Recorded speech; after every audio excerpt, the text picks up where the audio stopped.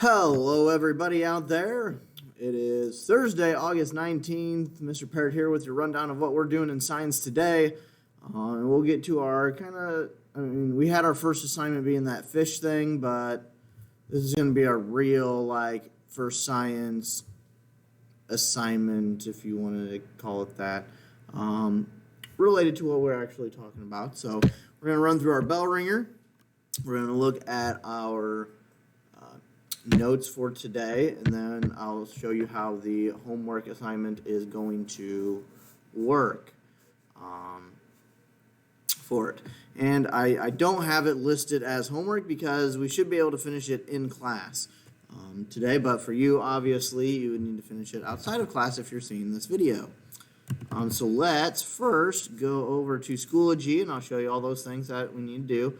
So remember, for our science stuff here, we go to the science skills, and then we're going to go to this week. And then for our bell ringers, remember they're in the yellow folder. Thursday's bell ringer is right here. Make sure you go ahead and answer that up.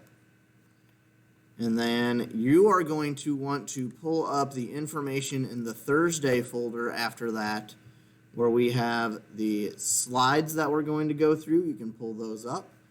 If you want to print out the notes, the science skills page is the notes that we're looking at today.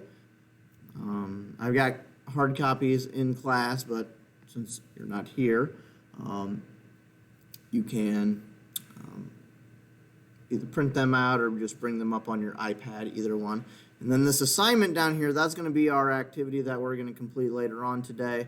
I'll show you what that's all about, since it's our first kind of homework assignment-ish type of thing to it. But let's run through our science skills that we are looking at today. Today we're going to do a method called the CECR, which is the way of how we explain things in class. It stands for claim, evidence, counterclaim, reasoning. We're going to go through what all that looks like here in our little slideshow here. So we're going to look at the CECR method today with a little bit of what all that means. Let me move my head. There we go. First thing is your claim. You're going to state your claim. Basically, it is a fact that you're just stating. You're not going to use the first person in it, so it's not like I believe or I think. No, get rid of that. You're stating it clearly as a fact. Example, Oreos are the best cookie. Fact. That's all you got to do for your claim. It's usually a pretty simple sentence. It's usually about one sentence long because you're just stating a fact. That's your claim. State the fact. Oreos are the best.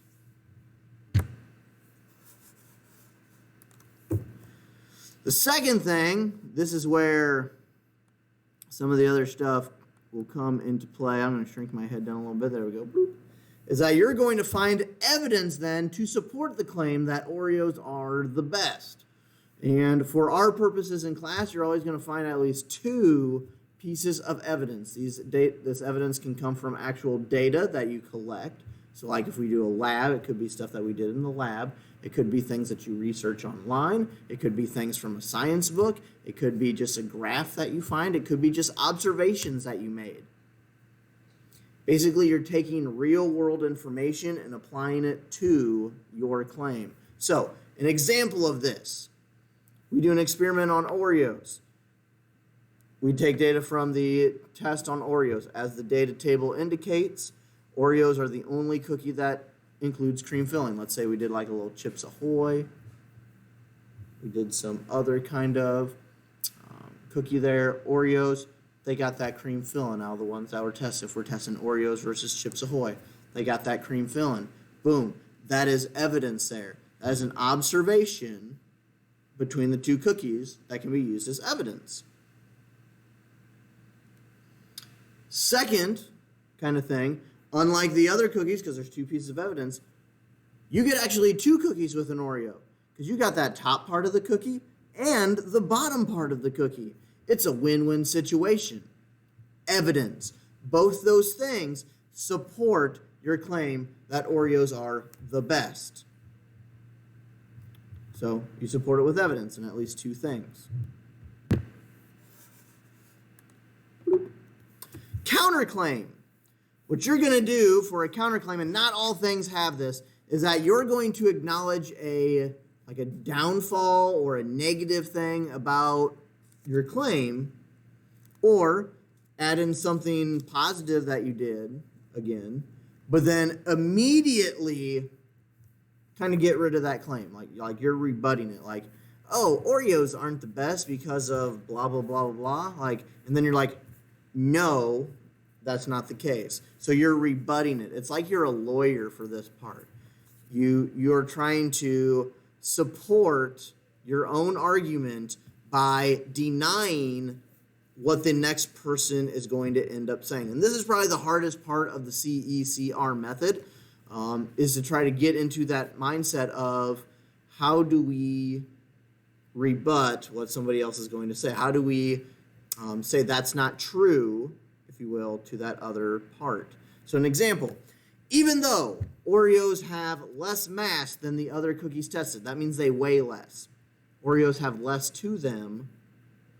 The flavor rating was 3 points higher than the rest when tested in class. So everybody ended up getting Chips Ahoy and Oreos. We taste tested it. Oreo still came up on top, even though they're theoretically the smaller cookie. So you acknowledged a negative about Oreos. Yeah, they are smaller, but you countered it, combo broke it, if you will, with, oh, but everybody loves the flavor on it, so it doesn't matter. That's a counterclaim. Last but not least, certainly not least, this is kind of the biggest thing that goes involved with it, is the reasoning. Why is it important? You connect the evidence to the claim, so you basically wrap everything up in a nice little bow for us here. So you just kind of summarize everything and make a great reasoning at the end. As it shows from the research, the cream filling, the combination of the double cookies makes Oreo have the best flavor rating, which makes it just the best cookie. So you take your claim and your evidence, smash them together. That is your reasoning. That is a full-blown supported statement then at the end. And that's basically just how we're building things. Claim, evidence, counterclaim, reasoning. Now, for today, what you're going to do is you're going to be making your own CER or CECR claim. What you're going to do, go to the Thursday folder in Schoology, click on where it says assignment, and then you're going to have a thing that pops up here that allows you to open up the document. Up top here, one of the things will say My Documents. I've already got the Word template created for you, but you have to go to My Documents. It's going to load your file, and then you'll just need to click on it. It'll show like this little logo for a Google Doc. You're going to open it, and then, boom, here's your activity. What you're going to be accomplishing then today is that you are going to take one of the words that you had yesterday. So for you quarantiners, that was either double helix or population, those things that you emailed back to me. And you're going to apply our claim, evidence, reasoning to why you associated it with that topic. So your claim should be, write your claim of what word fits what pillar. That's what a lot of you already gave me yesterday. You then need to go back and give me your evidence. Take something that you've learned from that word and why you linked it to that. So, example, when you looked up the word, it mentioned that it had to do with this part, so that led us to this. A lot of your explanations had at least one piece of evidence in there yesterday. So you already had one piece of evidence for most of you. Give me that second one. And then you're going to tie it all together with your reasoning of how or why you are putting the claim with the evidence. So tie your evidence in with your claim there for it. How you fill this out is that in these sections, you're just going to type in the highlighted areas. You can leave the little 3 dashes and just put your things in the highlighted section, your answers. Anywhere where you see a highlight is always where there should be an answer. So here you have one for claim, one for evidence, and one for reasoning, but you also have telling me what your word is, like if you're going with the double helix, and then what pillar topic you're selecting that it went with. You should hopefully have your emails from yesterday to go off of. If not, let me know. I can just forward it back to you. I responded to all of you yesterday with your stuff, so you should have something back from me there. If you have any questions on how this works, do not hesitate to email. I might be having class when you email, but I'll try to get back to you as soon as possible with that. So you heard the bell there. Class is starting soon, so I've got to go get ready for that. So if you have any questions, do not hesitate to answer, and hopefully we will see you back soon. Bye.